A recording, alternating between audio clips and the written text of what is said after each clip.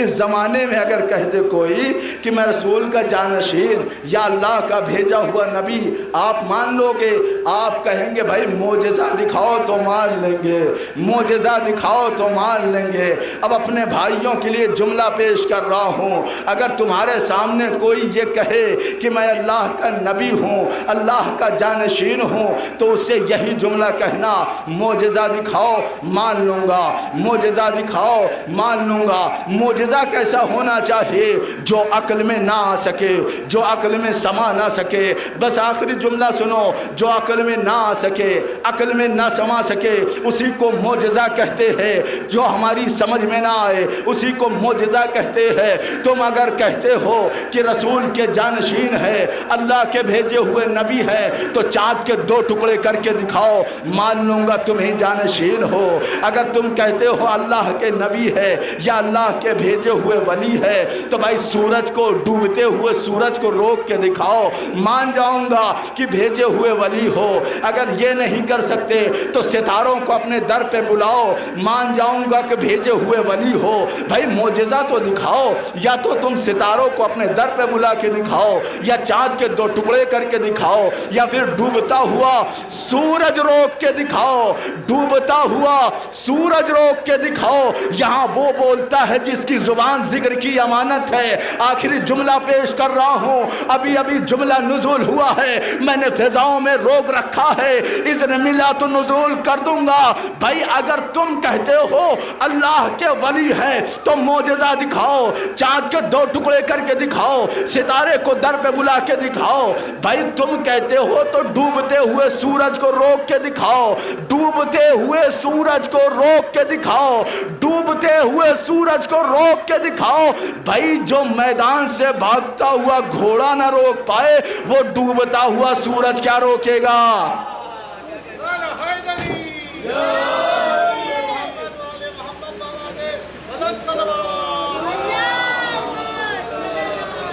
اگر اللہ کے ولی ہو تو اتنا کنٹرول ہونا چاہیے جانوروں پر کہ تم جانور کو بھی روک سکو، ستاروں کو در پہ بلا سکو۔ بھائی جس نے میدان میں کسی کے 2 ٹکڑے نہ کیے ہو، وہ چاند کے کیسے 2 ٹکڑے کر دے؟ بھائی جس نے کبھی بھی میدان میں کسی کے 2 ٹکڑے نہ کیے ہو، وہ چاند کے 2 ٹکڑے کیسے کر دے؟ اب بھائی جملہ کہہ دوں، جس کی دہلیز پر کتا بھی سر نہ رکھتا ہو، اس کی دہلیز پر ستارہ کیسے سر رکھ دے؟ ایک صلوات پڑھے محمد وال۔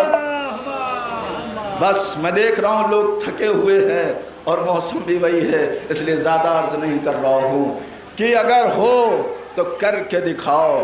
لیکن لوگوں نے کیا کیا جانتے ہیں؟ کہا ہم ان کی برابری تو نہیں کر سکتے، ان کے جیسا معجزہ تو نہیں دکھا سکتے، لیکن ایک کام کر سکتے ہیں، ان کے گھرانے والے کو مار سکتے ہیں۔ اللہ اکبر۔ ان کی برابری نہیں کر سکتے، لیکن ان کے گھرانے والے کو مار تو ضرور سکتے ہیں۔ وہی ہوا جو لوگوں نے ان کے گھرانے والے پہ ظلم کیا۔ ارے کبھی مدینے میں مصطفیٰ کی ایک لوتی بیٹی جناب فاطمہ کے گھر پہ آگ اور لکڑیاں لے کے آ گئے، اور وہی ہوا کبھی حسین کو اتنا مجبور کر دیا کہ مدینہ چھوڑ کے چلے آئے۔ وہی ہوا کہ لوگوں نے سوچا ہم برابری تو نہیں کر سکتے، تو کم سے کم اہل بیت کو ختم کر سکتے ہیں، اہل بیت کو مار سکتے ہیں۔ کربلا میں کون کون سے ظلم نہیں ہوئے، صرف اسی لیے ظلم ہوئے کہ اہل بیت کو ختم کر دیا جائے، اہل بیت کو قتل کر دیا جائے، اہل بیت کو مار دیا جائے۔ کبھی کوئی نیزہ لے کے آتا ہے، کبھی کوئی تلوار لے کے آتا ہے، ارے جس سے جو بن سکا وہ میدان کربلا میں لے کے آیا تاکہ اہل بیت کی نشانی کو مٹایا جا سکے۔ لیکن آج 2 محرم ہے اور آج مجھے مسلم کے 2 فرزندوں کے مصائب پڑھنے ہیں۔ بس جملے مصائب سنو۔